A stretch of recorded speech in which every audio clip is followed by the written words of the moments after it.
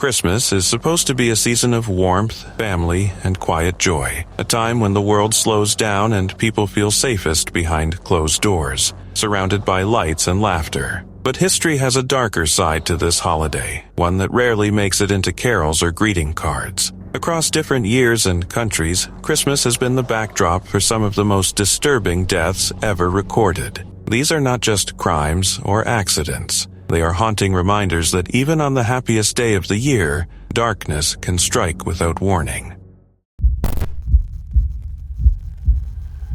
On the morning of December 24, 1932, the town of Moweaqua, Illinois, stirred awake to the familiar chill of winter. Streets dusted lightly with frost and chimneys sending up lazy curls of smoke. Children were excited, homes were decorated, and the scent of pine mingled with the aroma of breakfast. It was a town preparing for a peaceful Christmas Eve, unaware that the festive air would soon be pierced by horror. Deep beneath the surface, in the twisting dark corridors of the Moweaqua coal mine, life continued as usual for the miners who braved the darkness to provide warmth and livelihoods for their families. But on that fateful morning, the routine would be shattered in an instant. As the day shift began, a tiny spark, the open flame of a miner's carbide lamp, met with deadly methane gas that had quietly built up in the mine. The result was catastrophic. A deafening explosion tore through the shaft, collapsing walls, twisting timber supports, and sending smoke and dust shooting upward. 54 miners were killed instantly, their lives extinguished before many even had the chance to celebrate the holiday with their loved ones. Only 2 men, trapped in a deeper cage, narrowly escaped death, their survival a grim exception to the overwhelming loss. Families who had waved goodbye to their fathers, brothers, and sons that morning would never see them again. The joyous anticipation of Christmas was replaced with terror and disbelief as the quiet town struggled to comprehend the scale of the disaster. Word of the explosion spread like wildfire. Soon, townspeople congregated outside the mine, faces etched with fear and helplessness, listening anxiously for any sign of life. Rescue miners arrived from nearby towns, battling darkness, choking dust, and unstable structures as they searched for survivors and recovered the bodies of the trapped men. The work was grueling, relentless, and dangerous, stretching over 6 excruciating days. Illinois Central Railroad provided shelter for the rescuers, and the American Red Cross, along with local volunteers, ensured food and warmth for those risking their lives in the mine. The town held its collective breath, mourning in private and in public, as the horrifying truth slowly sank in. Dozens of men would never come home. The disaster left scars that would linger for generations. The mine's owner promised stricter safety measures, and electric lamps replaced open flames, but the tragedy had already carved itself into the town's history. In the years that followed, the mine reopened briefly, only to shutter permanently by 1935 as the shafts collapsed and the structures crumbled, leaving the echo of whistling winds to haunt the empty corridors. Families carried memories of the lost men through every Christmas thereafter, their absence a silent testament to the fragile line between life and death. Decades later, the Moweaqua Coal Mine Museum opened in 1986, a somber monument to the miners who had perished. The museum carefully preserved tools, photographs, and stories, keeping alive the memory of the lives lost and the perilous work of coal mining in the early 20th century. In 2008, a documentary funded by the Illinois State Library further chronicled the disaster, bringing the chilling events of that Christmas morning to life once more for new generations. The Moweaqua coal mine disaster stands as a haunting reminder that even during the season of joy, tragedy can strike without warning, transforming celebration into unspeakable sorrow and forever altering the lives of a small town that once expected nothing more than a peaceful holiday.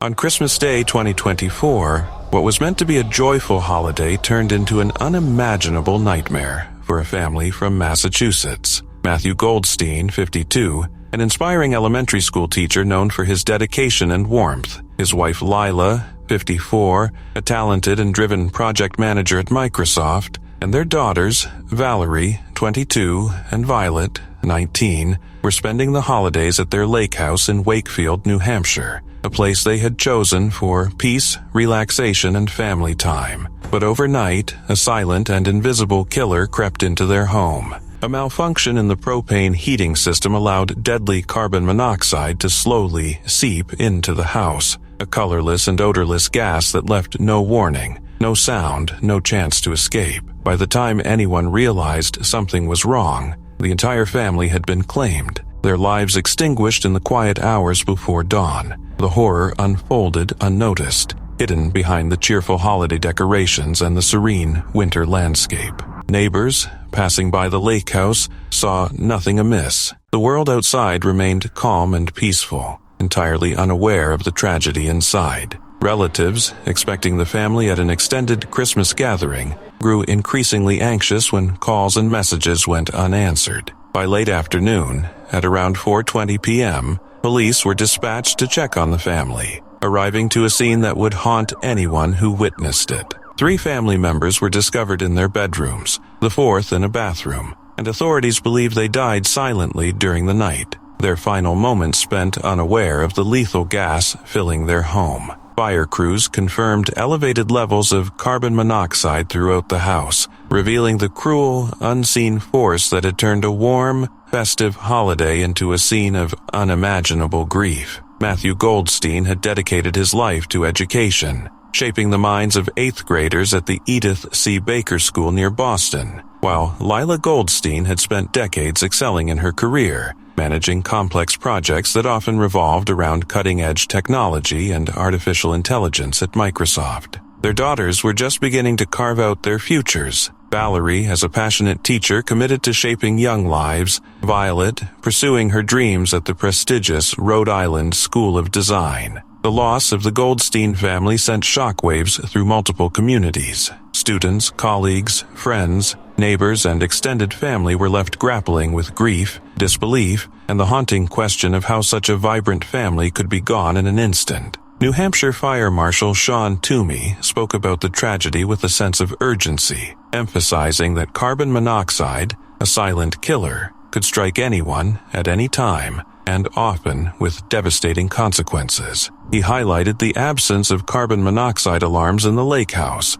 a stark reminder of the importance of these life-saving devices, especially in homes relying on propane, oil, or wood-burning heating systems. Each year, hundreds of Americans die silently from unintentional carbon monoxide poisoning, with thousands more hospitalized. Yet the danger remains invisible and underestimated, a deadly presence lurking in what should be the safest place on Earth, home.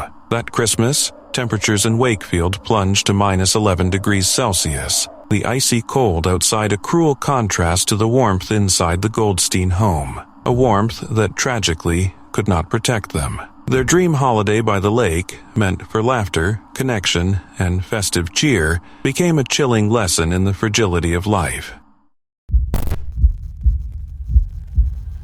On the evening of December 24, 1913, the air in Calumet, Michigan, should have been filled with laughter, carols, and the warm glow of holiday cheer. Families of striking miners gathered at Italian Hall for a Christmas party, a rare reprieve from the bitter realities of the ongoing Copper Country strike. Over 400 people, men, women, and children, packed into the hall, seeking comfort and camaraderie during a strike that had dragged on for months, leaving families worried about wages, work, and the cold winter ahead. But that night, joy turned to horror in an instant. Somewhere near the front of the hall, a voice shouted the word, "Fire." Panic erupted immediately. There was no fire, no smoke, no warning beyond that single, terrifying word. Yet in the crowded hall, fear spread like wildfire. People surged toward the narrow staircase that led to the exit, pressed against one another, scrambling for a way out.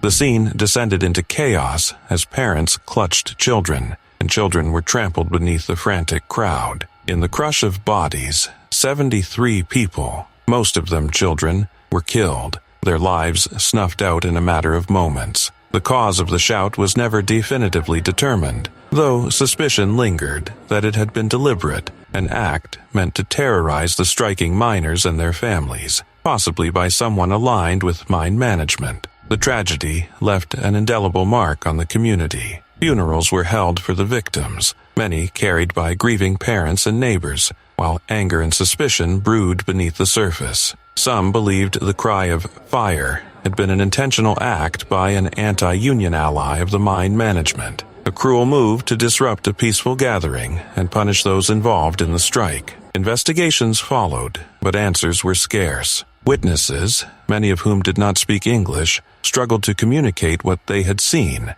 and inquests failed to determine a clear cause of death. The haunting image of children crushed in the stampede became a symbol of the immense human cost of industrial conflict, a reminder that even in moments meant for celebration, danger can strike unexpectedly and mercilessly. In the aftermath, bitterness simmered against the Citizens Alliance, who opposed the union, as well as the mining company itself. Relief efforts became mired in conflict, with bereaved families refusing aid from those they believed were complicit in the tragedy. The hall itself stood for decades as a silent witness to the horror that had unfolded within its walls, eventually demolished in 1984, leaving only the archway as a memorial. Woody Guthrie would later immortalize the disaster in his haunting song, 1913 Massacre, capturing the heartbreak and outrage of that fateful night. The Italian Hall disaster remains one of the deadliest Christmas-time tragedies in U.S. history, a chilling testament to how quickly celebration can turn to catastrophe. In the press of bodies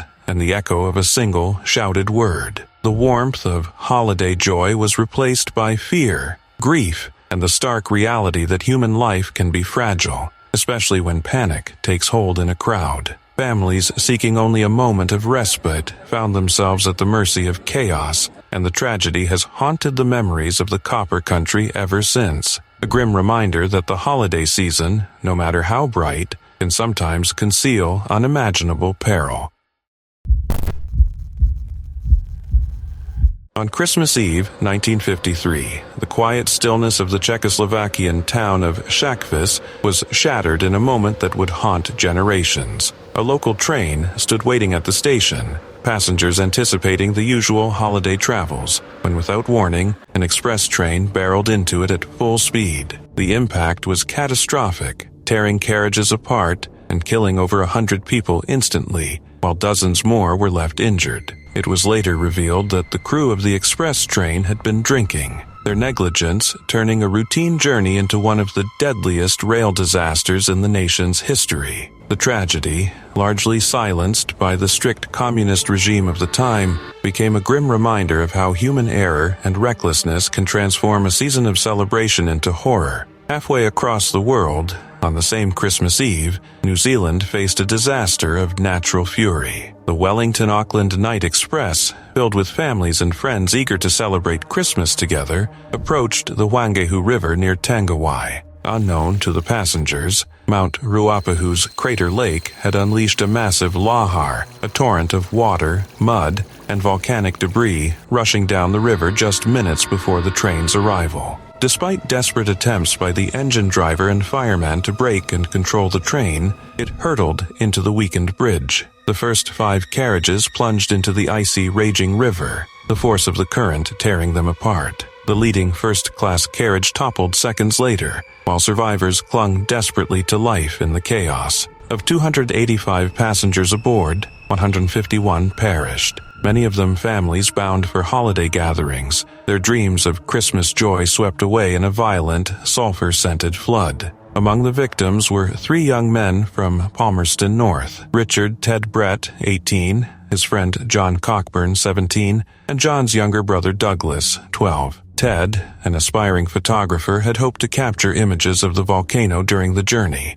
unaware that he would witness a scene of unimaginable terror instead. While Ted survived, swept to a sheltered part of the river, John and Douglas lost their lives, and John's body was never recovered. The The bravery of the crew and nearby rescuers saved countless others. Charles Parker and Lance Redmond remained at the controls as the train plunged, their quick thinking preventing further carnage, while Guard William Inglis and civilians like Cyril Ellis pulled passengers from the teetering wreckage. Recognition for their heroism came decades later, a small consolation against the overwhelming loss endured that night. The Shackfits and Tangiwai disasters stand as grim monuments to the fragility of life during the holiday season. One was caused by human negligence, the other by the relentless force of nature. Yet both share a chilling truth. Joy can vanish in an instant, replaced by fear, grief, and a haunting emptiness. Families who set out to celebrate found themselves confronting the unimaginable, a reminder that even on the most festive nights,